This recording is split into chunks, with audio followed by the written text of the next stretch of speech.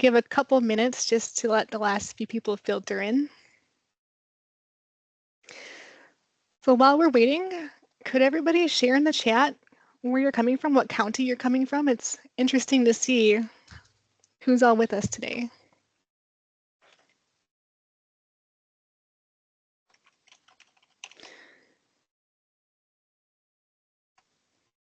So I am up north in Barron County. We have a Sheboygan County, Brown County, Outagamie, Waukesha, Milwaukee. So wow, yeah, a good range of the state here. Pepin, Jefferson, Dane, another Pepin. Awesome. Thanks for sharing, everybody. We're headed into fall here. Is everybody having pretty good weather? I was just talking to Amy how we're really thankful for this warm day compared to the cold snap we just got over. Just in a couple days here into September, fall's coming. All right, I think we're going to get started here. Well, yeah, April says it's been beautiful. It really has. I'm a fan of this non-humid warm weather. I think the humidity is what I don't like about the summer here in Wisconsin. Beautiful in Sheboygan, for sure. All right, well, we're going to get started. So thank you again for joining us here today. And this is the next session of our Empowered Families webinar series. And whether you joined us this last time or the time before, this is your first session. We're equally grateful to have you here with us. So this series is really all about supporting families through connection and learning and encouragement, and your participation really helps make that possible. So throughout this session, we'll have some opportunities for connection. We'll have some polls and some chat interactions and some word clouds and some other fun things. If you have, thoughts, you can always feel free to share them into the chat, or if you'd rather, we have the Q&A feature up on the top, and we'll try to keep an eye on those so we can respond as we can.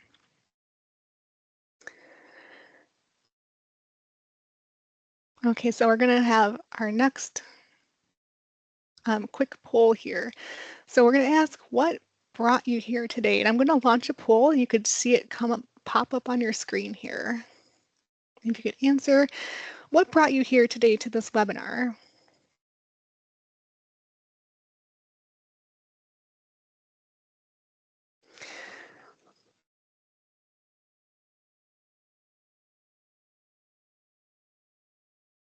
We always have lots of different kinds of individuals joining us. It's kind of split between educators, professionals, parent-peer specialists.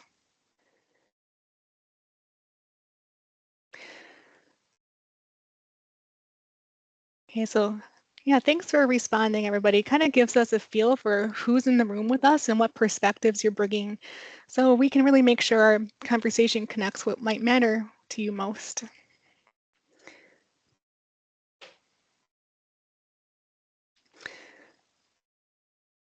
So I want to give you a little bit of information about Wisconsin Family Ties and who we are.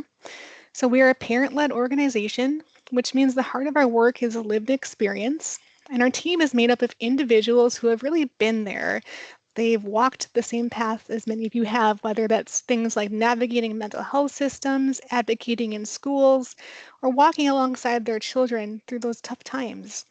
We're proud to be Wisconsin's primary employer of parent-to-peer specialists, and these are parents who have been trained to support others. So they offer one-on-one support, do things like attend meetings, and help caregivers feel heard, informed, and empowered. So for over 30 years, Wisconsin Family Ties has partnered with counties, tribes, schools, and state agencies to improve the way services are delivered and to ensure families have a real voice in shaping those systems. And at the core of our work are three values: hope, respect, and empowerment. And these guide everything we do, from how we support families to how we collaborate with our partners.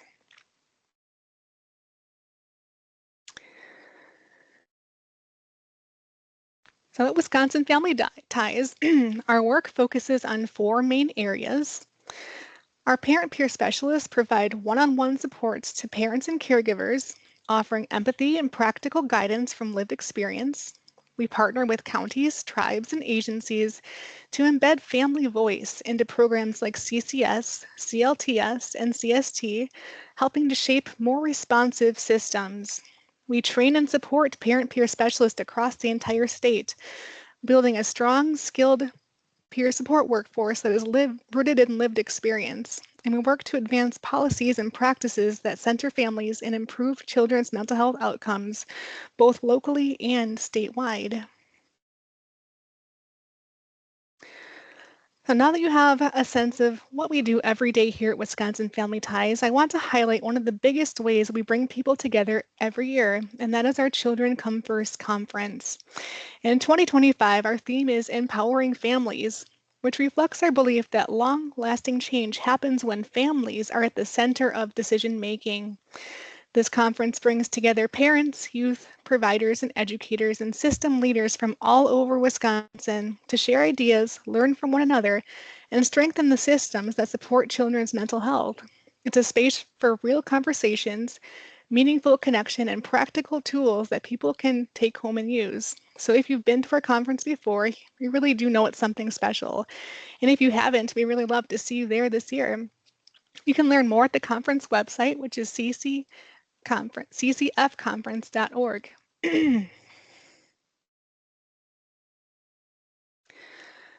So I'd like to just put an open invitation out there for everybody to connect with us. So whether you're a parent looking for support, somebody who's curious about becoming a parent peer specialist, or a provider, county, or tribal partner interested in adding parent peer support to your work, we'd love to hear from you. At Wisconsin Family Ties, our work is rooted in lived experience, and we understand how overwhelming systems can be. We know the difference it makes to have somebody walking alongside you who truly understands.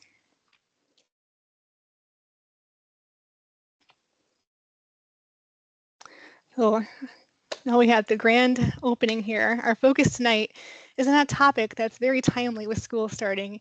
It's a topic that matters so deeply to families, schools, and communities, and that is how parental involvement can make a real difference in student outcomes.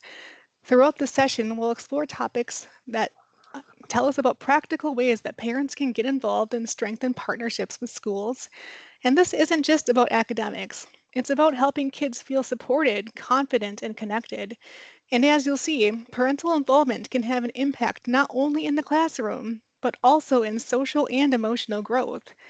And with that, I'm going to turn it over to Amy Anderson. Amy is one of Wisconsin Family Ties' incredible parent peer specialists who will be leading us through the next part of this webinar. So here's to you, Amy. Hello, everyone. My name is Amy Anderson, and I'm so glad to have all of you here joining us this evening. As a parent of a child with unique needs, I understand firsthand how overwhelming and uncertain the journey can feel. In my role as a parent peer specialist, I walk alongside families offering emotional support, guidance, and encouragement as they navigate the various service systems. I'm passionate about helping families feel informed, confident, and never alone on this path. One of the most rewarding parts of my work is witnessing as caregivers gain confidence and feel heard, and the unique strengths of the youth that we support are recognized and fostered, leading to improved self-perception. So why include families? Research is accumulating that families and community participation improves the process of delivering services and their outcomes. Family and community involvement has been linked with increased family empowerment and caregiver self-efficiency, higher satisfaction with services, stronger partnerships between families, schools, and service providers. Families means any caring adult or natural support in a child's life, not only biological parents. School staff can help by actively inviting and supporting diverse family involvement. Educators, providers, and community members are essential allies in supporting meaningful family engagement. So we're going to do a word cloud activity now. So now that you know a little bit about who we are, we'd love to hear from you. When you think of a really strong school-family partnership, what's the first word that comes to mind? It could be something like trust, communication, respect, or maybe something completely different. So I'm going to launch this word cloud and you can type your response in. And if we have more than one person choose the same response, the word will get bigger. So it's always interesting to see if we have any common thoughts.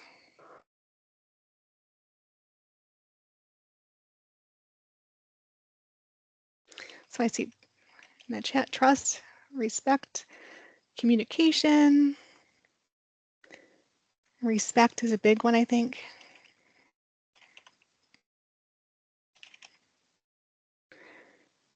Teamwork, understanding.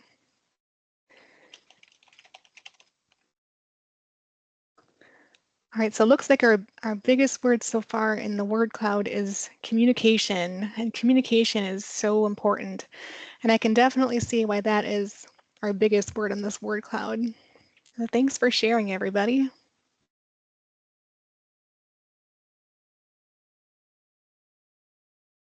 The research has shown that family participation improves both the process of services and the outcomes. The supports many of us know from experience. When families are engaged, plans fit better and follow through improves overall. This quote is by Alice Walker. It is one of her favorites because it gets right to the heart of advocacy. So often parents feel like the systems around them, schools, counties, providers, hold all the power. It can be overwhelming as a parent and easy to believe that your voice won't make a difference. But the truth is parents do have power. You have your child's best interest. Your lived experience carries weight. When parents step into that space with confidence, even if it's just by asking questions or sharing observations or insisting on being heard, it shifts the dynamic. Our webinar series is about reminding families that they are not powerless. They have the ability to influence decisions, to advocate for what their kids need, and to push for change in the systems that serve them. When we talk about family involvement, we aren't just talking about showing up for a meeting or signing a form. We're talking about parents being actively engaged as partners in their child's education and services. Research has shown that when families are involved in meaningful ways, two really important things happen. First, parents feel more empowered and capable. That's what we mean by self-efficiency. They start to believe, I can do this. I can advocate for my child, and I have the tools to make a difference. Second, families report being more satisfied with the services they receive. When they're engaged in the process, they feel heard, respected, and valued. And that leads to stronger partnerships with schools, providers, and other systems. All right, guys, I'm going to launch a quiz. True or false? Family engagement improves only academic outcomes. What do you think?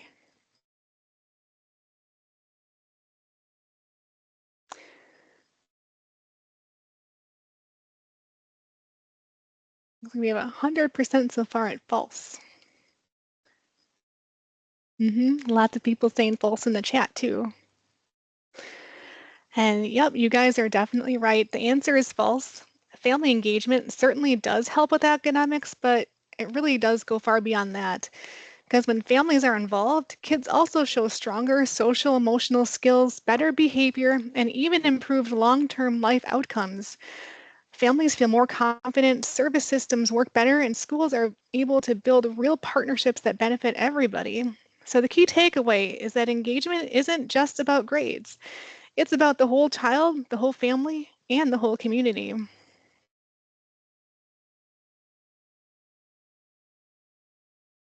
This slide really highlights just how powerful family involvement can be. First, look at graduation rates. Students with supportive families are 81% more likely to complete high school compared to peers with minimal family engagement. That's a huge difference. And it shows that when families are actively involved, young people are much more likely to reach this critical milestone. Second, it's not just about graduation. Research shows that when families are engaged, children consistently earn higher grades across all subjects. And importantly, this holds true regardless of socioeconomic status. In other words, family involvement is one of the most powerful equalizers we have in education. The message here is clear. When families are supported and empowered to be engaged, kids thrive, not just academically, but in their overall life trajectory.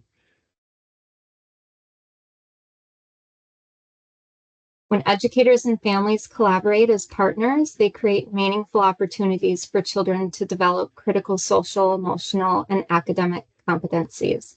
The foundation of this partnership lies in cooperation, coordination, and collaboration, all of which contribute to enhancing when we talk about parental involvement. It's easy to focus only on grades and test scores, but the benefits actually go much deeper than academics. When parents advocate for their children, kids feel valued and capable. That builds real self-confidence.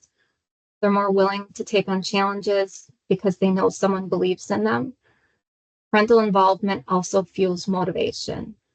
When children see that their parents are interested in their learning and proud of their progress, it sparks an internal drive to keep going. And finally, engagement helps children develop a growth mindset. Instead of seeing obstacles as proof that they can't succeed, they start to view challenges as opportunities to learn and to grow. So beyond report cards, what families do has a direct and powerful impact on how children see themselves and how motivated they are to succeed. Opportunities, educational progress, and supporting overall school success.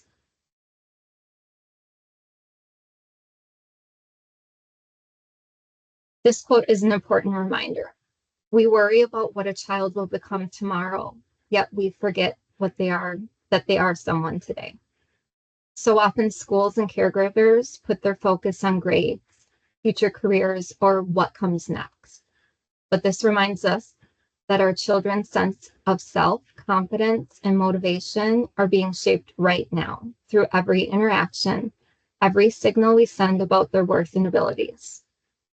When caregivers actively participate in their child's education, they're not just preparing them for tomorrow. They're nurturing self-confidence, building motivation, and encouraging a growth mindset today.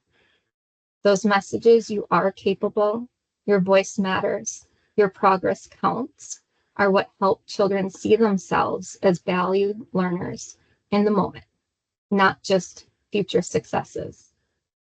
That's the power of caregiver involvement. It's not just about raising successful adults, it's about honoring and supporting children as whole people right now. Let's pause here and get your thoughts. So in the chat, could you please write one social emotional skill that you think improves the most when schools and families work closely together? It could be things like self-confidence or problem solving, communication, empathy. There's really not a wrong answer here. We just want to see what comes to mind for you.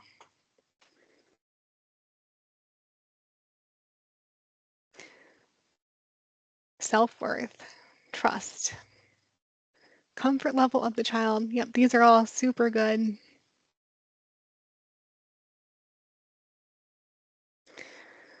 Confidence, trust.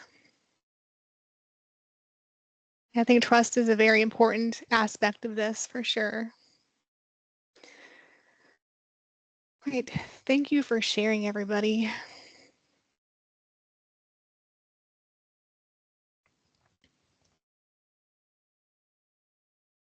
Here are some of the social emotional skills that research shows are strengthened when schools and families partner well.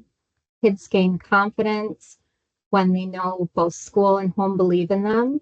They build resilience because they see adults modeling persistence and support.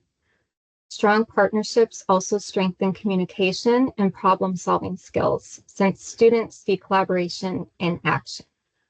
And important, children develop empathy, respect, and self-regulation when families and schools set consistent expectations and work together.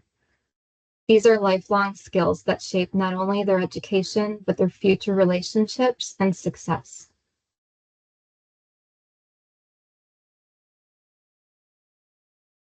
Family involvement goes far beyond grades. It strengthens the very skills kids need to thrive in life. First, when families are engaged, children develop stronger social skills. They learn how to form friendships, collaborate, navigate peer relationships more successfully. Second, involvement builds resiliency. When kids see consistent encouragement and support from both home and school, they are much more likely to persevere when things get tough.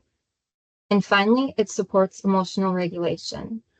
When families and teachers model and reinforce positive ways to handle stress, kids learn how to manage their feelings and impulses more effectively.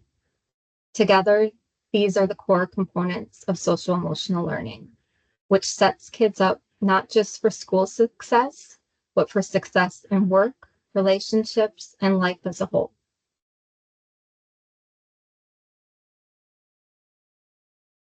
As parents, caregivers, and educators, our children are constantly watching us, not just listening to what we say, but absorbing how we act, how we respond to stress, how we treat others, and how we carry ourselves.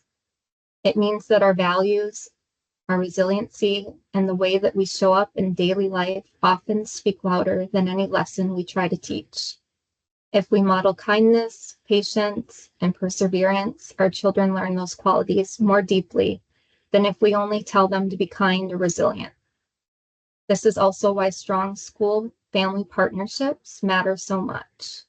When both home and school environments consistently model the same values and behaviors, children get a clearer, stronger message about what's possible for them.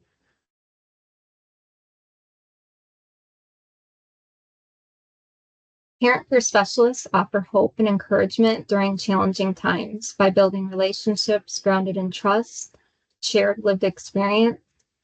PPSs provide personalized support and a deep understanding of families' needs. This support helps reduce parental stress, strengthen resiliency, and guide families through challenges. When caregivers feel supported and stress is reduced, the behaviors we model and the messages we send to children reflect strength, stability, and hope.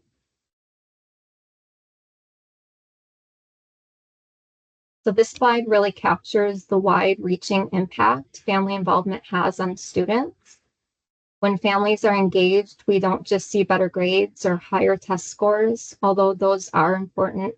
We also see students getting promoted more often, passing more classes, and even showing up to school more consistently. Beyond academics, family involvement influences social and behavioral outcomes. Students tend to have stronger social skills, show improved behavior, and adapt more easily to the school environment. They're also less likely to face suspension, use drugs or alcohol, or engage in violent behavior. What this tells us is that family involvement is a protective factor. It creates a foundation that supports not just academic achievement, but healthier, safer, and more resilient kids overall. Let's pause for a quick poll. I'm going to launch that right now. We know that family involvement can influence so many areas of a child's success, but in your role, whether that's parent, caregiver, educator, professional, or somebody else, what do you feel is the hardest to move the needle on? Is it attendance, behavior, academics? So go ahead and submit your response. We'll take a look at it together and notice what trends we see across the room.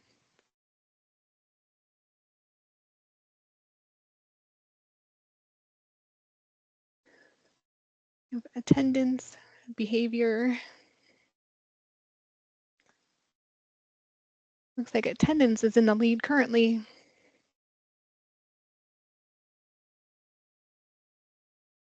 Behavior.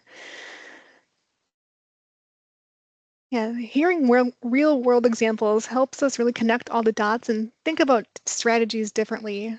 So thank you for sharing.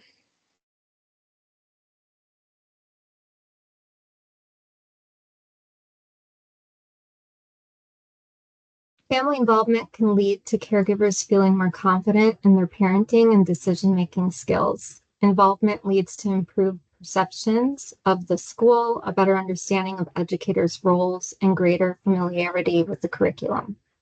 Involvement strengthens the homeschool connection, improving communication, helping to establish trust, and promote collaboration. So how do PPSs support families in schools? In school settings, PPSs play a vital role in helping parents feel welcome and confident. We can guide families as they communicate with teachers or navigate IEPs and 504 plans. We're often the ones who help parents prepare for meetings, understanding their options, and feeling like an equal partner in the process. PPSs also reduce isolation. Many families don't know other parents who have faced similar struggles, and that peer connection makes a huge difference in their ability to stay engaged. Most importantly, PPSs encourage families to step into their power and be active decision makers in their child's education. So what are the benefits of parental involvement for schools? Partnering with families and actively seeking and valuing the strengths and insights they bring have been shown to significantly benefit schools. When educators collaborate with families, it not only improves student outcomes, but also boosts teacher morale, enhances parents' perceptions of teachers, and strengthens the school's reputation within the community. Schools that prioritize parent engagement often experience greater community support and trust. In fact, schools that encourage and involve families typically offer higher quality programs and learning experiences than those that do not. By building genuine, respectful partnerships with families, schools create an environment where everyone, students, staff, and parents can thrive.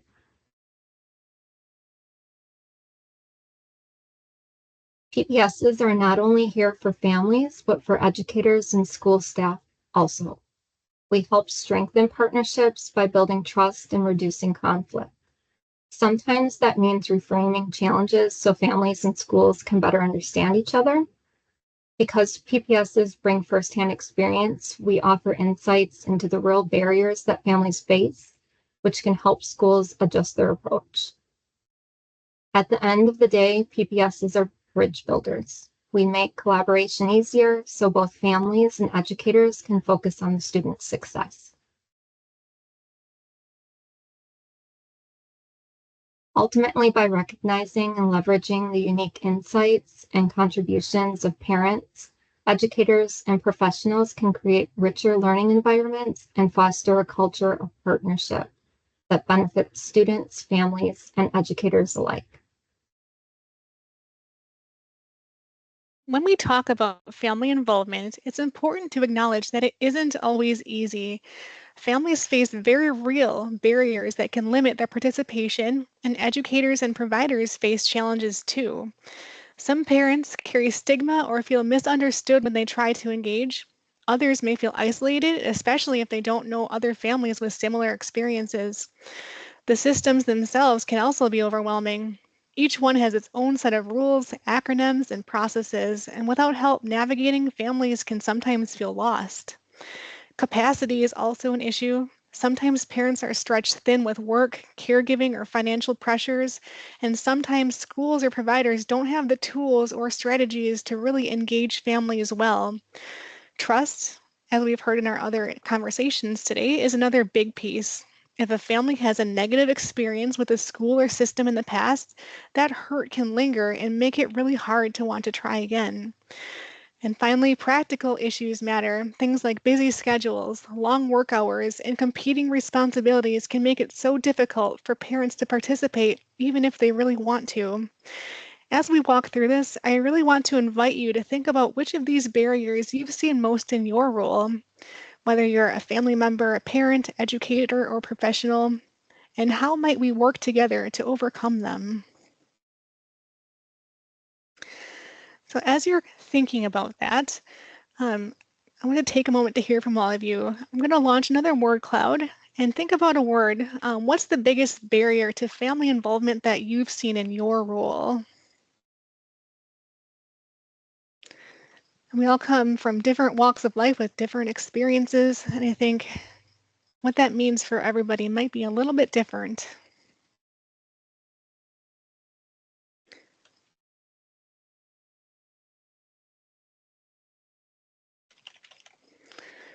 Oh, trust, there's trust again. Okay, co-parenting, fear, time commitment, mindsets. Those are other communication in the chat. That's important too. All these are very valid barriers, and I think barriers are so different for everybody. Oh, there's a busy life. I think every one of us can vouch for that when we all have such busy lives. Communication, there you go. Activities. Oh, yes, especially if you have kiddos who are involved in activities, you can get so stretched thin as a parent, kind of running kiddos back and forth. It looks like trust is our biggest word in the word cloud here. There's one in the chat, co-parenting and communication. For sure. Yep. Trust just got a little bit bigger. Oh, time got bigger, actually, not trust. Yep. Time, I think, is one that we all struggle with for sure.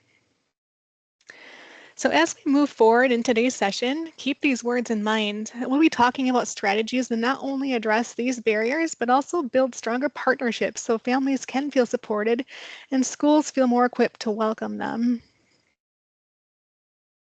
Thanks for sharing, everybody.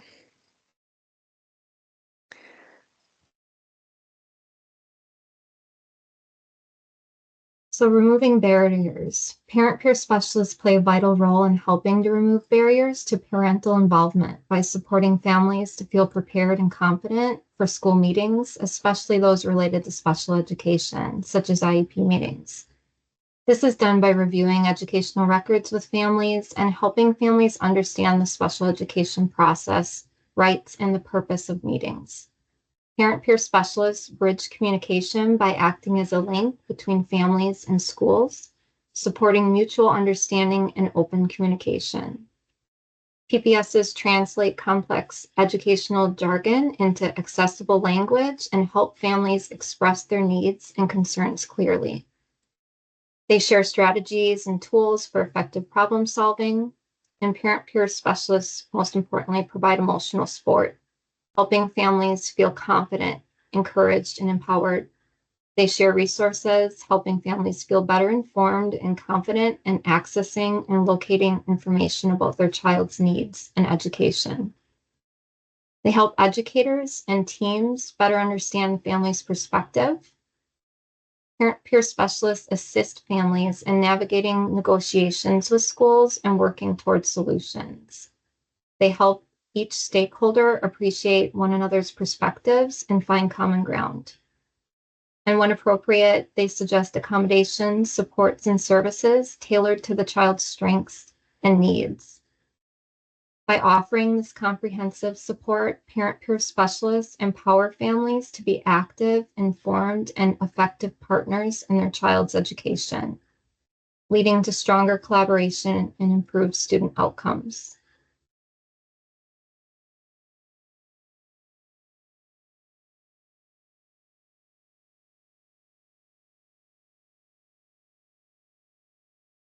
So here we're introducing what we call our WE plan. It's a simple framework for building strong family engagement. It stands for welcoming, inviting, perspective shifts, listening, accepting, and never giving up. I like that last one the most. We'll go into each of these in more detail on the next slides, but for now, think of them as somewhat of the core keys that open the door to meaningful partnerships with families.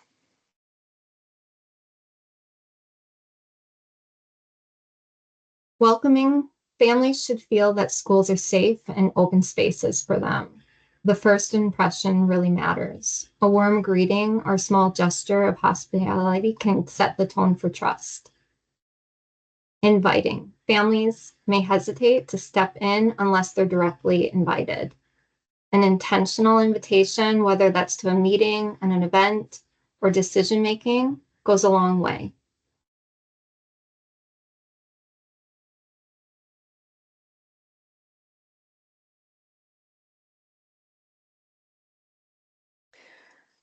Perspective. Oh, go ahead. Sorry, Amy. I didn't know you had the notes. Go ahead. Perspective shifts. Sometimes we need to pause and view things through parents' or educators' eyes. Shifting perspective helps break down judgment and builds empathy.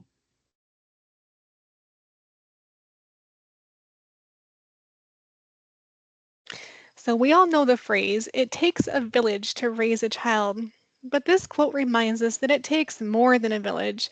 It takes true partnership for a child to thrive. And that's where the term perspective shift comes in. So instead of seeing families or professionals as working in separate lanes, we start to see ourselves as part of one team, sharing responsibility for a child's success. Partnership means moving from us versus them to thinking we're in this together.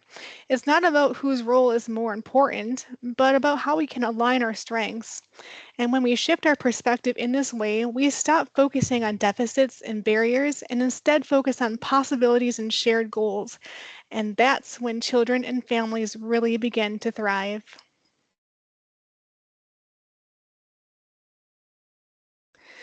This slide really captures the heart of how we approach families at Wisconsin Family Ties. We start with the assumption that parents want the very best for their children. We want things like pride and hope, success, and strong relationships. Even if circumstances are complicated or behaviors make it hard to see, these underlying desires are still there. When we hold on to this belief, it changes how we interact with families. And instead of leading with judgment or skepticism, we lead with trust, respect, and partnership. And this perspective also helps shift tough conversations.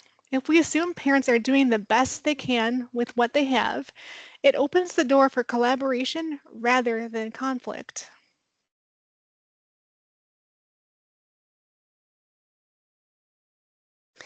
Just as we hold assumptions about parents, it's equally as important to hold assumptions about educators. We start with the belief that educators truly want what's best for children. They want to see their students succeed, grow in their strengths, and feel supported in the classroom. Sometimes challenges in communication, limited resources, or systemic barriers get in the way, but the underlying intention of most educators is positive. When families and schools both assume good intent on the other side, it creates space for trust. Instead of viewing each other as adversaries, we can then come together as partners who share the same ultimate goal, helping children succeed. By entering each meeting and interaction, holding these working assumptions, parent peer specialists create opportunities for stronger collaboration between families and providers, building trust and paving the way for meaningful progress and better outcomes for children. Approaching meetings in this way helps shift dynamics away from conflict and towards collaboration. So when we talk about framing, we're really talking about the way language shapes perception. The words we use to describe families, parents, teachers, and providers carry a lot of weight. Look at some of the phrases on this slide: chaotic, aggressive, non-compliant. These are terms that often come up in schools, service systems, and even among professionals. But when we use them, we're putting people in a box. The label becomes the story. Framing matters because it influences how we approach someone. If we see a parent as non-compliant, we may assume they're unwilling. But if we reframe it, maybe they're facing barriers, transportation, multiple jobs, or simply exhaustion. This goes for families and professionals. If we describe a teacher as domineering, maybe what's really happening is that they feel pressure to enforce structure because they care deeply about student success. By shifting the frame, we move from blame and frustration to understanding and problem solving. That's what builds stronger partnerships. This slide is about shifting perspective. The words we choose don't just describe families, they shape how we see and treat them. Take the word chaotic. Instead of labeling a family as chaotic, what if we recognize that they're navigating multiple stressors with resilience? That changes the whole picture. Or think about aggressive. A parent who's described this way may actually be advocating very strongly for their child, fighting to make sure their needs are met. Even terms like non-compliant or never satisfied can be reframed. Maybe the parent is facing barriers to follow through, or maybe they're seeking the best outcomes for their child. Reframing doesn't mean ignoring challenges. It means choosing language that assumes positive intent and highlights strengths instead of deficits. This helps us build trust, reduce conflict, and keep families and professionals on the same team. The key question to ask ourselves is, what else could this behavior situation mean? That's the power of reframing. This quote from Wayne Dyer really captures the heart of reframing. When you change the way you look at things, the things you look at change. Think about the situations families face, sometimes overwhelming, frustrating, or even discouraging. When we shift the lens, the situation itself may not change, but how we experience it and how we respond absolutely does. When we change our perspective, we see possibilities instead of problems. So let's practice with an activity together. I'm going to share a common deficit phrase, which is something we might hear to describe a parent, student, or professional. And your job is to reframe it in the chat to something more strength-based. For example, if the phrase is the parent is aggressive, a reframe might be the parent is a strong advocate for their child. So again, there's no wrong answers here. The point is just to stretch our thinking and to see how language can really shift the whole narrative. So let's give it a try. The first one is this parent is always late. How could we reframe that into something that's more strength-based and positive? You can throw your ideas in the chat. I'm excited to see what you all come up with.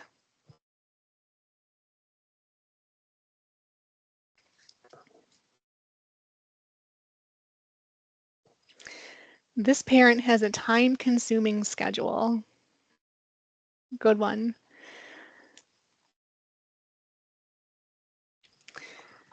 I think if I were to reframe it, it might be something like this parent is balancing many responsibilities and still makes an effort to show up. This parent has a busy life. That's also a great one. Thanks for sharing. Let's try, oh, there's another answer. This family is overwhelmed with their schedule. Great. Let's try another one. How about this student doesn't try? How could we reframe that one? Does anybody have any ideas for that? How can we reframe this student doesn't try?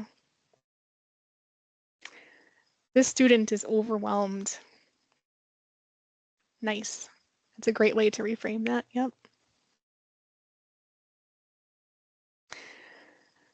Say this student may need different supports or encouragement to engage. Let's see. This student might have unmet or unknown struggles. That's a great one. This student has a lot on their plate, and this student balances differently. This student needs to feel more supported or connected. These are all great, you guys. Thank you so much for sharing. Now, as you see, really reframing these things can change our whole narrative and our whole perspective on these situations, and it's a very powerful tool to practice. Oh, one last one here. This student may need the work explained in a different way. Yes, I love that one. Thank you for sharing.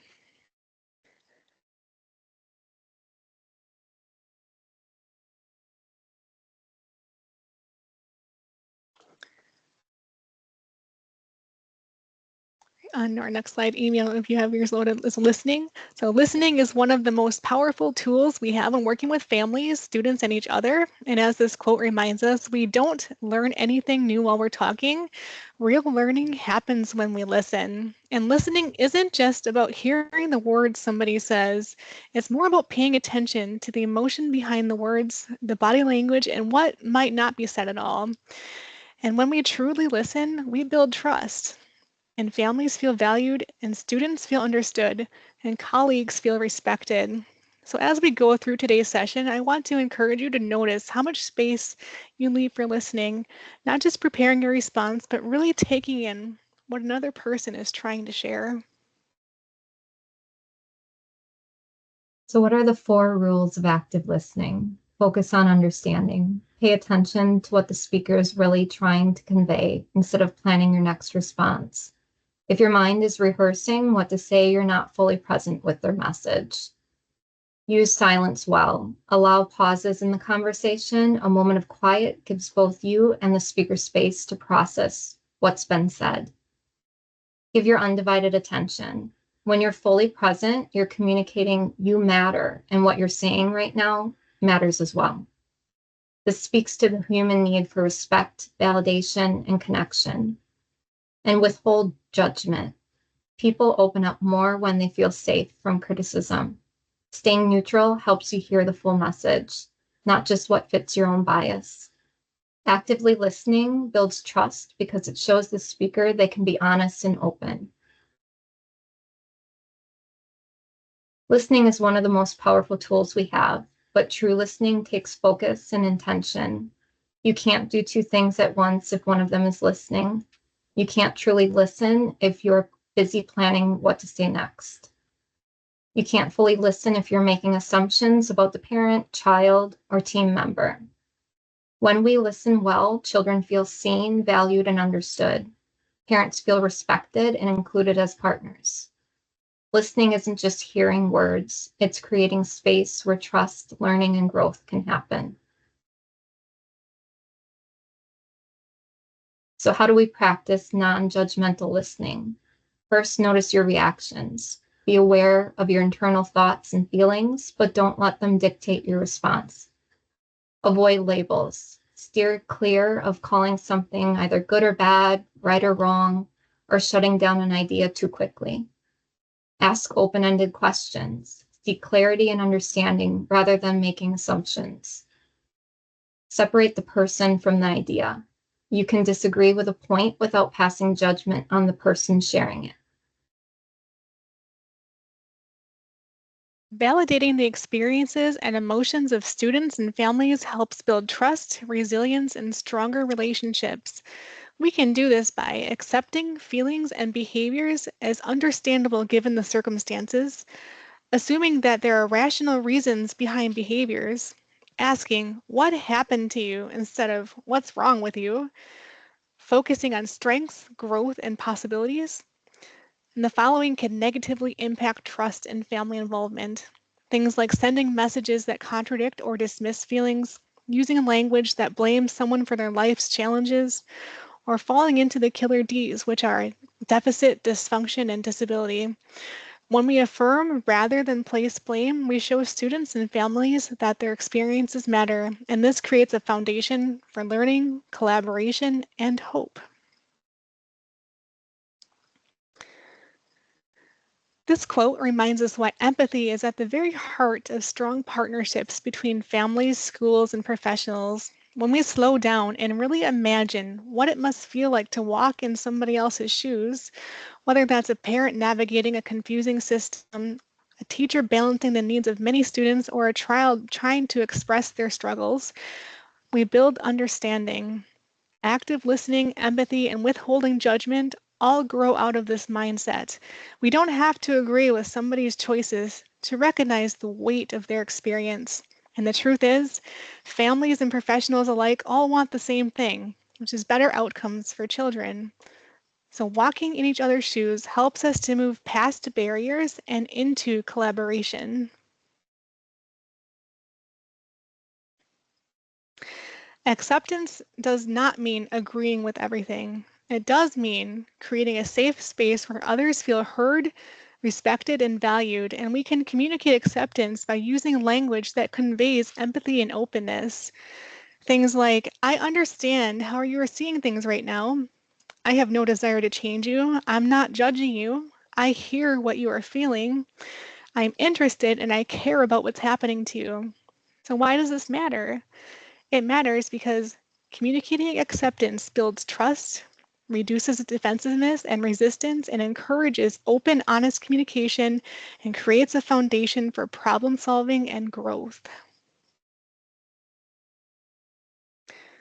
What are some things that don't communicate acceptance? So, when we talk about building trust and acceptance, it's just as important to know what not to do. These behaviors might seem small, but they send a really big message. For example, if we make assumptions about a family's capacity or resources, we may unintentionally communicate that we don't believe them. Using jargon or acronyms creates barriers instead of connections, and phrases like, I know how you feel, come across as dismissive, even if we mean it kindly. What really matters is listening, validating, and showing follow through. Families, caregivers, and professionals all want to feel respected and understood, so avoiding these pitfalls helps keep the door to partnership open.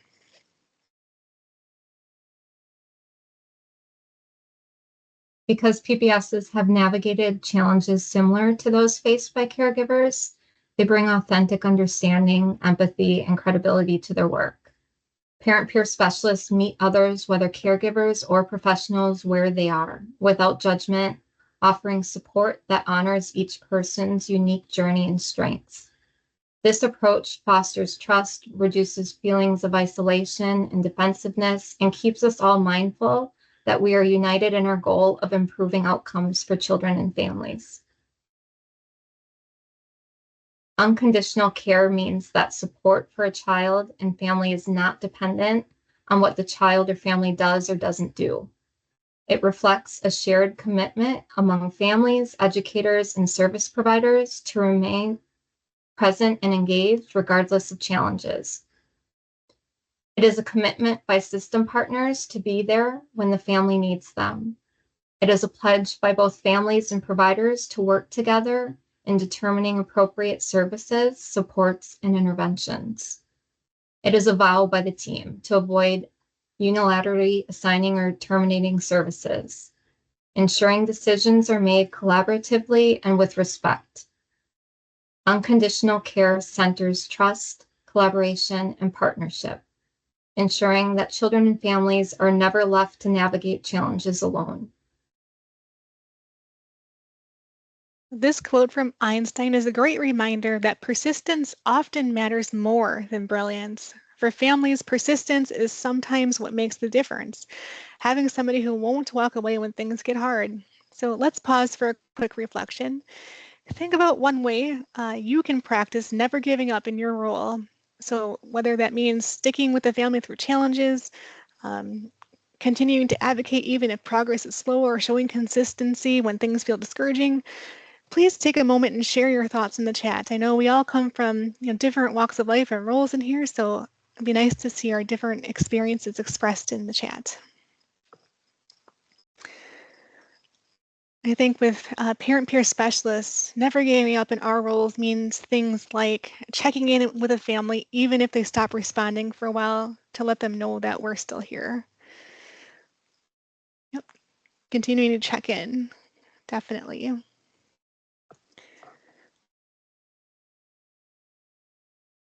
I think as a parent myself, I think never giving up means something like attending every meeting and continuing to speak up for my kiddo, even if it feels overwhelming. Just never giving up. I think never giving up means so many different things for different people. All right, thank you for sharing. Continuing to communicate with curiosity rather than judgment to advocate for children. Yeah, thanks for sharing. That's a great one.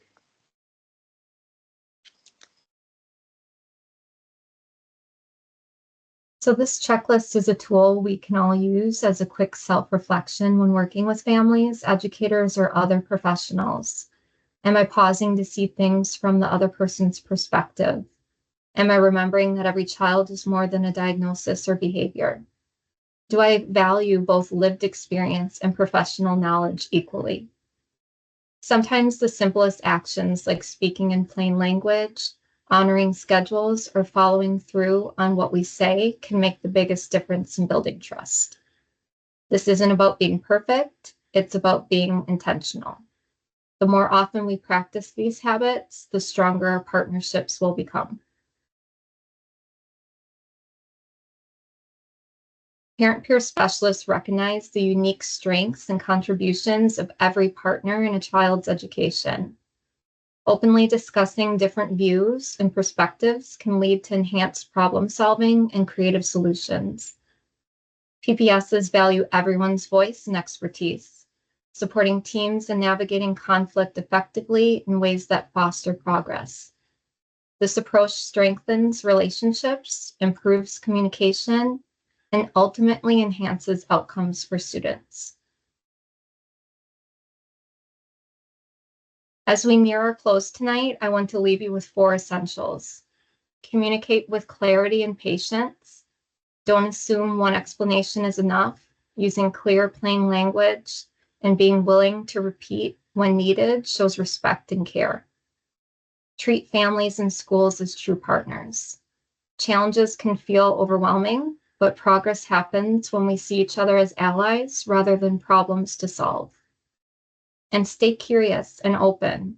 If an issue comes up, view it as a chance to learn more about the child, the family, or the system, not as a roadblock. Respect through body language. Sometimes what speaks the loudest isn't what we say, but how we show up. Eye contact, open posture, and genuine presence go a long way in building trust. If we focus on these, we set the stage for stronger partnerships and better outcomes for kids. Okay, so I'm going to launch another poll. We're very curious, which area do you most want to focus on in your role? So think about things that we have covered today, things like communication, collaboration, learning, and body language and presence. Different roles and experiences will lead you to focus on different areas. So which one do you feel you want to focus most on?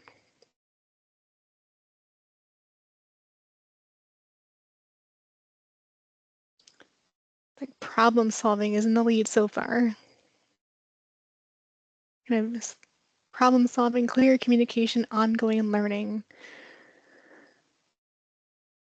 Great. Thank you for sharing, everybody. It's really helpful to see what areas everybody is focusing on. In the chat, we have a problem solving communication and problem solving. Yeah, these are all ways that we can grow as partners in supporting families and students. Thank you for sharing.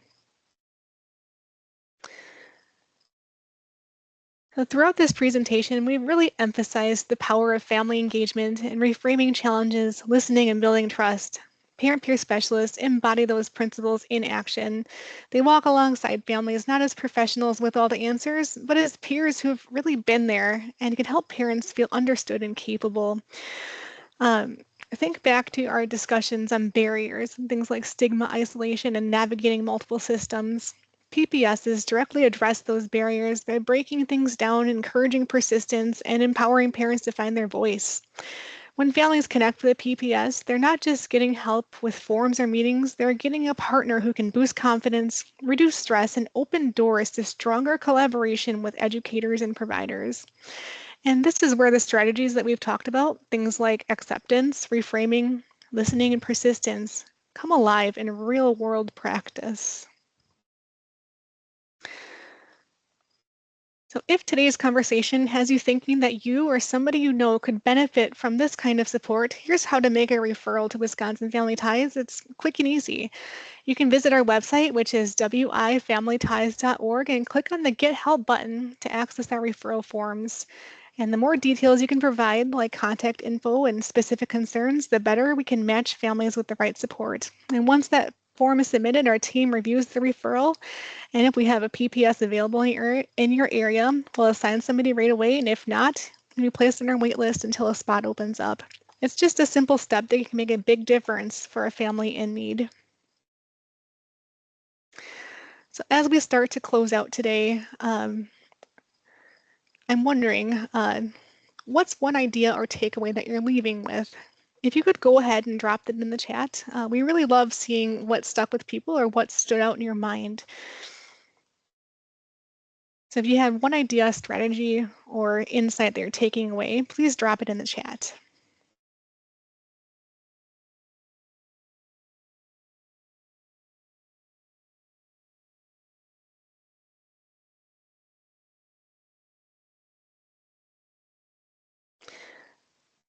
The importance of reframing. I think that's a big one. It's something we practice quite a bit in our roles. Communication is key to helping our families and kiddos, definitely. how parent involvement can help kiddos with social emotional health, change my thinking, not me against the world. Those are all wonderful. Thank you so much for sharing. It's always really eye-opening for us as facilitators to hear everybody's feedback and learn from you all too. So that's something that always sticks with us and something we take away. So thank you for sharing and for being with us here tonight. So as we go through this, it's still kind of a new process for us. So if you have a moment, we would love to hear your feedback. I'm going to share a link to a feedback form in the chat. And if you have any feedback for us, good, bad, or otherwise, we're always very thankful for hearing it.